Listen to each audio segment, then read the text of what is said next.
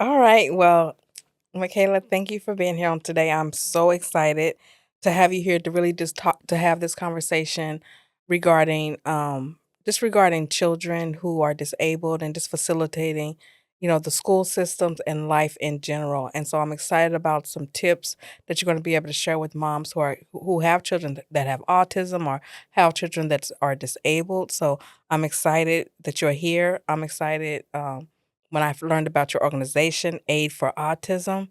And so I think that a lot of people listening to this is going to learn about you today, and a lot of families are going to get some services and information. So we're excited. So thank you for being here. Thank you for having me. Welcome to Divine Conversations Podcast, a space where faith meets real life and community stories lead the way.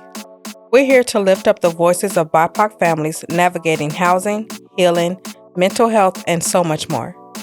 Whether you're a parent, a provider, or someone walking alongside our communities, you belong here. Each episode, we share honest conversations, resources, and real stories of resilience. Together, we're creating a space for healing, hope, and divine conversations, where healing begins and stories rise. So, Michaela, we're so happy you're here today. So, there's so much about you, but in like 1 minute, when it comes to why you're here today, could you just tell us about yourself and your family? Sure. Well, I'm Mikilia Carroll, the CEO and founder of Aid for Autism. This all started with my great, lovely son, Logan Carroll. We've been through the trenches together. I'm a mom of three, a grandma of two, and I am special needs, autism, disability advocate for all. Not just my babies, but all babies. So, yeah. Great, thank you. Oh. And so, Tatiana and I, we're excited to interview you. So, Tatiana, you can go ahead and get us started. Yeah, of course. The first question we have right off the bat is what are some of the first things you encourage Black parents to do or to know after their child is diagnosed with a disability or a developmental delay? The first thing I tell parents to do is ask questions. And then after you ask the questions, do your research because you know your children the best. If you feel that the doctor stated that your child is 100% mentally retarded, but you know your child understands more than what the doctor is stating, because let's be honest, if your child don't know that doctor and they get accessed, your child might not want to do anything. Because my Logan, he went in there and he acted like he was deaf and a mute. Mhm. And he was like, well, he's severely mentally retarded and he can't hear. And I said, really? And I'm like, Logan, huh? No, he might not want to talk to you because he don't know you. You're a stranger danger. So if your child get diagnosed, you don't always have to take that diagnosis. You can go somewhere else. But do your research. You know your child best. And speak up in that diagnosis. Be like, Doc, he can do way more than what he's doing right now for you. Record. You can state, let me go home. Give me some questions that you want me to ask my child, because your child will maybe feel more comfortable with you. Record it. Send it back to that doctor, and the doctor will be like, oh, okay, I see where you're going. I That's see. good. Or you know that your child is struggling and they having bursts of violence tendencies, but they're not showing it that day at that doctor's office. Record it so you can send it to the doctor so then they can see for themselves, because that's what's going to help get that momentum going to get the right services that you need. So follow your instincts, ask questions. You don't have to take everything that they state and be like, okay, the doctor says this, so this must be real. Yeah, at some points it can be, but again, you know your child the best. If you feel that, I think my child know a lot more than what you're saying, speak up. Don't be silenced. And that's the thing in our generation. We get a diagnosis and we're like, well, I guess that's what it is. No, because if I would have did that with Logan, they would have Logan in a box somewhere tying shoes. He know a lot more. He just didn't know him, and he didn't feel comfortable with him. So he would ignore, with every child, they got selective hearing, and that's it with autistic and special needs kids as well. And I think people forget that part of it as well. They have their normal tendencies too. Yeah. That's good. I love the part about recording it. Yeah. Yeah.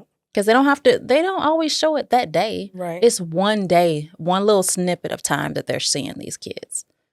That's good. How can parents advocate effectively in school meetings like an IEP when they may already feel unheard in other systems? Ooh.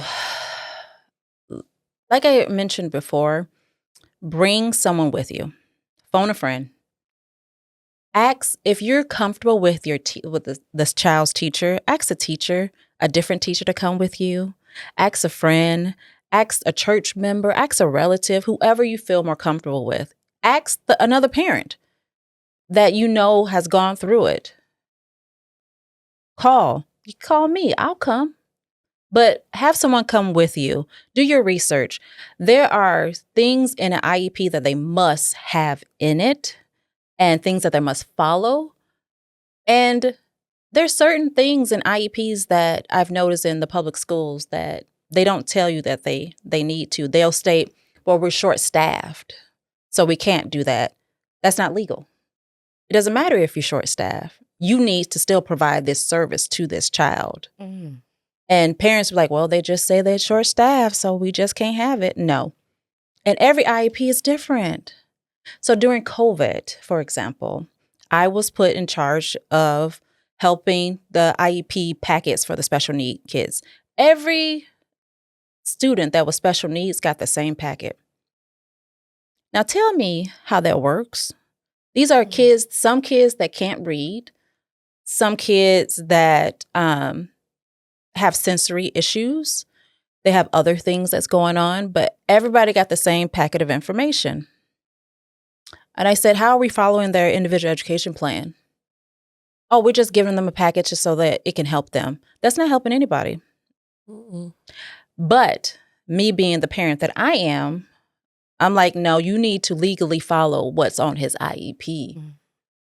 And what I loved about his teacher is she got a box of tools that she made for each of her students that was in her class that was specific for them. And she would call at certain times for each of her class to do things with them over the computer. That's what I loved. But do you know that teacher got reprimanded for doing that because she wasn't following the status quo? Oh, wow. That's so sad. And so me being me, that's why I said they hate to see me coming. I'm at the board advocating for that teacher. Because why are you reprimanding her for doing her job? That's what she's supposed to be doing. Now, I can go to the news.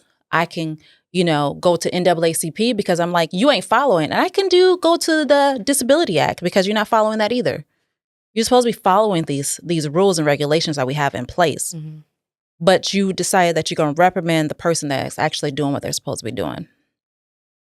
That's not fair. No. At all. So how do you help parents plan ahead for big transitions like middle school, adulthood, or even independent living? Well, that's going to start by doing some research because, again, every child is different. And transitions is hard for every child, but extremely in children with disabilities and special needs. They have difficulties with transitions. So education is the key. Getting plans together, prepping the student, going over things. This is the bus you're going to be taking, sweetie. Okay, let's do that walk together. Repetition. Going over things over and over and over again. Oh, asking the school, can we come in and, walk around the school to see how their class is going to go? Just so it could be a smoother transition for them. Because, again, transitions are hard. What I think people forget is mentally they're neurons in their brains are firing a little differently when they go through transitions. And parents always tell me, well, I see a change in my child when they go from elementary to middle school and to high school. Guess what? We see that changes in our regular kids as well. Yeah. And I think they don't think of that their special needs kids would do the exact same thing. So you're going to find different changes when they go from elementary to middle school. Something's going to happen. And again, every child is different. We can't be putting everybody in the same mold. We can't. That's not fair. Heck, all of us are different, right? Right. So we have to, just because they're labeled autism spectrum disorder does not mean that they are different people and they have different needs that needs to be met.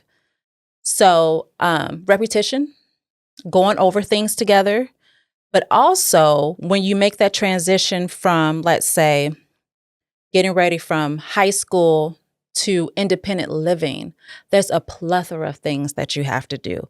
And I'm going to say this, I was overwhelmed, but I was prepared. Being prepared didn't stop me from being overwhelmed with all the paperwork. Because what they don't tell you is that once your child hit 18, whether they can take care of themselves or not, whether they can talk for themselves or not, they are adults. You have no say whatsoever unless you get guardianship. I have so many parents that state, why do I have to go to court to get guardianship of my child? Because they're 18. When should they start that process? 17. At 17. I always tell parents, start at 17 because the paperwork is about book thick, this thick. To prove that you are their parent, for one, yes, you have to prove it. And they're going to need to talk to your child. Now, Logan is verbally delayed. So they still have to go through all the questions. The lawyer still came, yes, a lawyer, to talk to him, to ask him, do you feel safe? I mean, there was a list of questions. And I just sat there because he felt more comfortable with me there. And she was like, well, he's not really answering. I was like, yeah, that's part of the issue, he's developmentally delayed. And she's like, okay. She's like, I have to tell the judge all of this. And that's for your best interest. Yeah. Because as I tell parents as well, because parents like to fight me on this. Well, I'm not going to go there. I said, okay, so what if little Johnny, who has special needs, find this beautiful girl and she's normal. And little Johnny, she says, little Johnny, can I have your money? And little Johnny don't know any better. He's like, okay. And gives her all his money. And the parent's like, well, he's not going to do that. You have no say. You have no say over his own account anymore because he's grown. You have no say in his financial things, nothing, his medical, nothing, because you're not listed as a guardianship for him or a conservator. So if you want to say to help him because you know that's what he'll struggle with and you know that he's a vulnerable adult and that people will take advantage of him for your best interest of your child, get that. How much does that cost to If file that paperwork? if it's low income, it's free. Okay. It's free. Good to know. And do they just go down to the courthouse or do it online? There is online. Oh, nice. You can I always refer parents to get a disability worker through the county who will help you through that process. Okay. Yes. Or you can call me because I'll just get you the paperwork from them. And the paperwork that they give you, they don't necessarily tell you how to fill it out. So I just call people because I'm going to ask all the questions. Can you help me with this? This says this. What does that mean? Because it's in big word lingo. Dumb it down for me. So that helped me. So I know it's going to help somebody else. So, yeah. What are some red flags that caregivers, that a caregiver is burnt out or emotionally just overwhelmed? And what can help? Red flags. Let me tell you, when you have a child just in general, you get burned out. Let's be honest. But it's even more time consuming for a special needs child because you have to constantly be on watch, especially when they can't tell you what's wrong. Mhm. They can't tell you what they necessarily need. Potty training is a challenge that is so real. And there was times where I would tell my kids, Mommy needs to take a time out. And they would look at me. I said, just give me 5 minutes. And I would go in the bathroom, I would cry. And I would just bawl because you're drained, and you need to ask for help. But I didn't have people at that time. All my family were in Texas, crazy enough. You know, I didn't have anybody around. And me and their dad, didn't agree because he felt like there was nothing wrong with his son. Even though I got the diagnosis, he never came really to terms with it. So there was no help that way. So I struggled until I met people in my community that helped me. I went to, there's a Northland Autism Association. I went to those meetings, asking questions. Then I found out, I think I know more than y'all do. What happened? Right. Okay. We're gonna figure this out together. So then I'm starting to piece things together. Then I was like, okay, let's do more research. What's really going on? And that's what helped me build what I do know. Plus, being in the school system, I would go into the special ed classes, asking the teachers questions. Sometimes they knew, sometimes they didn't know. I was like, well, how did you find this out? Where can I go? And me butting heads with the special ed director, because at the time Logan had hearing aids and he started learning with sign language, and they felt that he needed to speak versus sign. But Logan's a visual learner, so he would sign the word and then he would speak it because that helped him with his little brain functions. And they felt that he didn't need that. And I said, yeah, he did.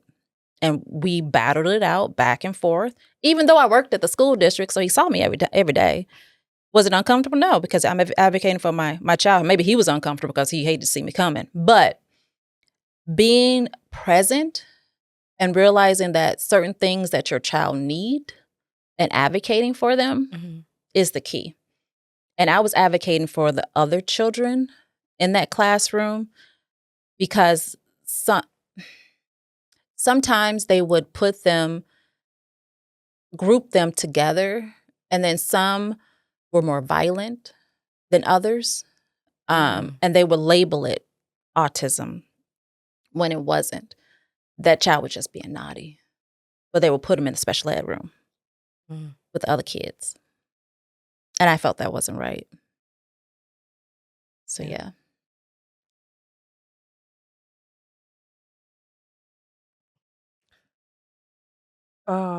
How can extended family, godparents, church family, or neighbors play a healthy role in supporting a child with disabilities? Being there, be a listening ear, no judgment, no judgment. Let's learn together. Be in help. If you see that parent that you can tell looks exhausted, they're tired, man. Be like, can I let me take the kids for a few hours, you know? Let me let you go take a nap. Because let me tell you, if someone would have gave me a nap, that's all I needed. Let me take a nap. That sounds so beautiful right now. You know, right. For some. What I think also what people need to realize, autism shows up in different forms, right?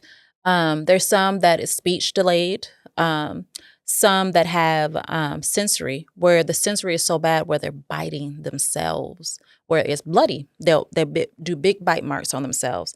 Is that sensory part of it where they need something to chew and bite on. So I always tell parents, buy these little chew toys that they can hold. It's like a toothbrush, but it's mesh that they can just chew on. That's what they need. So they can stop physically harming themselves. So then CPS be called on the parents. Right. And I'm like, you need to document all the stuff to state, no, my doctor knows that they're having a sensory moment. I'm not hurting my child, keep your Right. documentation. But there's different forms of it. There's some where kids are hurting the parents Mm. because, again, parents need to tell their kids no. And if they're having behavior issues, start young.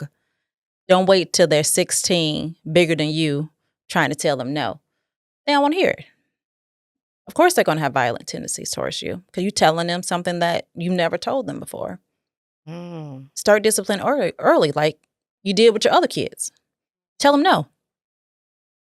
Because I get all the time at the Northland Autism Association, how'd you get Logan to do this? I tell him to sit down. How'd you get Logan to drink water? That's all he had. Well, little Johnny, all he drink is orange juice all the time. Who buys the orange juice? Well, I do. Well, he'd scream and holler if I didn't give it to him. Stop buying it, for one. Well, he's going to cry. Tell him to go upstairs to cry. And when he's down and he can regulate himself, come back down. We could talk about it. I said, but I bet you anything, when little Johnny gets thirsty, he's going to take that water. Because he's thirsty. He was like, oh. I said, y'all, come on now. Yeah. You shared a couple stories with me that I really think that it's important to share here. And one thing was just about the conversation you had with your son about just being a black man and if he get pulled over Yes. or caught in a car situation with the police. Can you share that story? And then also the one about the caregiver. Yes. So during the George Floyd situation, I had a hard conversation, like a lot of us parents did, with our children. And one thing I had to talk to my son about, because Logan is very sensory oriented. When he gets excited, his hand starts flapping, his fingers start moving. He is very sensitive to noise, so he always has his headphones on. So people always think that he's, just dancing to the music when it's nothing playing.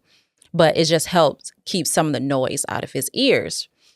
My biggest concern when he was growing up is the police thinking that he's doing gang signs, because he's tall, for one. He's over 6 feet tall. Got a goatee, because I always tell him you got a reputation, so we have to make sure that he's looking clean shaven and everything.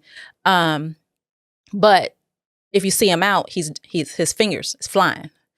So that was my biggest thing. I was like, I don't want them thinking that he doing gang signs and that he ain't paying attention to them if they say something to him. So I told him, okay, so if a police stop you, the first thing you're going to do is you're going to put your hands up. Don't have your hands in your pocket. Put your hands up. He's like, okay. And I said, repeat after me. My name is Logan Carroll, and I have autism. I said, you keep your hands up until they tell you you can take them down. And he didn't understand at first, but I practice and practice and practice with him, because I don't want him be one of those statistics where they shoot first and then you find out after the kid has passed away that, oh, that little boy had autism. He wasn't doing anything bad. I don't want him being one of those statistics. Mm. So knowledge is power. Have those conversations. It's painful to think about, but it's something that is our reality, right? Yes. That's something that we must Very much talk so. to our children about. And it doesn't matter if your child's special needs, and that's why I tell parents as well, your child needs to learn right from wrong. When the police pull them over, they're just going to realize that your child is doing something wrong, not that your child has a disability, right? The story regarding the caregiver is, it was a African-American caregiver who was taking care of a white autistic child, and they were playing chase. And the white autistic adult decided that he wanted to leave the yard and go running outside. Mind you, he's special needs. He doesn't understand to stop on the street to look both ways. He just running because you playing chase, right? And so the Black caregiver is running behind him. And a neighbor must have called the cops, because next thing you know, the cops came and all they see is a Black man running after this white gentleman, not knowing that they're playing a game and now he's trying to get him to stop. But he doesn't understand, the little boy doesn't understand that he needs to stop because he's just having fun when the cops come. Right. So the cops decided to shoot the Black man in the leg, and the little boy stops, run over to him, and put his body on top of the Black caregiver because he didn't understand why the police was hurting him. So that was traumatizing to the little boy, of course. Right. So the mom said he had nightmares. He didn't understand. All he knew is that he was doing something that he should have came back for. But they were playing a game. So you telling me we can't play a game now? So you decided that you were going to, that the Black guy was so threatening that you had to shoot first. But that's the society we live in, right? So having those tough conversations with your child, no matter if they're special needs or not, That's so is good. pivotal. That's so good. That's life-changing. Mm-hmm. Yeah. What's one thing Black parents often don't realize they can ask for when it comes to their child's care or their education? One thing that they can ask for? That they don't realize that they can ask for. Oh, that's a whole lot, actually. Because I always tell people that, diapers. You could get that for free for your kid that's special needs. And they were like, what? I've been paying all this money because my child is 5 and still wearing diapers. I was like, yeah, you can get that. They have waivers at the county, but they don't tell me. No, they won't tell you. You're going to have to go and do your research. Get a disability worker. They were like, oh, I didn't know I need a disability worker. Now you do. Get a disability worker. Find somebody that can help you through this, because there's so much free opportunities out there that a lot of parents don't know about. You can get sensory tools, weighted blankets, fun things such as bikes, like tricycles that you need, that if your child is in a wheelchair, that the government will help pay for you. They'll pay a certain amount and then you have to pay the rest. Or they might even pay all of it. Depends on how much the bike is. Yeah. There's things out there. There's resources. You just got to know where to look. So where would they start? Where they would start? Your local government services building. Okay. With a disability With worker. a disability worker. And there's waivers. There's certain waivers and grants that they can talk to you about. Awesome. How do I know? Because I got them. Good. We just have 2 more questions. Sure. How can listeners, even if they're not parents, help build more inclusive, supportive spaces for Black children with disabilities? Don't look at a child that's having a meltdown and just thinking, what's wrong with them? Be sympathetic, be encouraging, speak some positive into that parent, because you don't know what they're going through or what's going on in that little child's world. I remember being I think we were in California at the time, and Logan being in with my partner in a different section than me and my daughter. And he stated that Logan was so excited for this dinosaur toy. And so he got to stimming and his hands started flapping and he started to jumping. And he said, and this woman stopped, looked at him and gave him the dirtiest look and said, what is wrong with him? And he said, I had to check myself because I wanted to say something. But he said, hopefully you took it as a learning opportunity, because that's why I say first beforehand. But in my head, I'm saying something else. So it's okay. This time it's a learning opportunity. So I'll explain to people, he's autistic. He's just really excited for his toy. And then that's when they'll say either, oh, and then sometimes they don't care. They don't care. But again, show some empathy. That's what we lack in this world. Show a little empathy. Stop always judging. Don't be just so judgmental, because we always state we don't want to be judged, right? Right. Neither do they. And then people always ask me, so what does Logan want? What does Logan want for this? I said, I don't know, ask Logan. I can ask Logan, he's sitting right there. All you gotta do is ask him. They were like, oh. I said, the problem is that people like to talk about him in front of him without talking to him. Oh, that's so good. Talk to him. He's right there. Talk to him. Yes. He understands a lot more than you think. He might not be able to verbally say it. He might say a couple of words. I said, then give him options. Logan, what do you want to eat? And if he can't tell you, but he'll tell you instantly. He's always a cheeseburger pizza boy. But if you want him to say something else, I give him 3 options. And then he'll think about it. And then he'll tell you what he wants. And then people used to hurt his feelings because they would talk about him in front of him like he wasn't there. And then all you see is him crying. And, and then that's my knuck if you buck, mom want to come out. But I'm like, talk to him like he's any other person. He's just a person. He's a person. Yeah. He has feelings just like you do. All right. Final question. Our final question is, what is something you wish every Black parent raising a child with special needs could hear today? You're not alone. I understand. I'm here for you. There are resources out there for you. Let me guide you to them. You feel like you're not alone. You feel like you're all alone. Your family don't understand. Your partner don't understand. Your friends don't understand. It's just you against the world, you feel like. But you're not. There's people that's here to help. There are people here to help. Thank you so much for being here. Thank you for having me. Thanks for being with us today. If something spoke to you, please share this with a friend who you think could really benefit from this episode. And remember, to help our show grow and reach more people just like you, make sure to follow the show and leave a 5-star review. And if you want to continue to have critical and courageous conversations, well, then we'll see you in the next episode.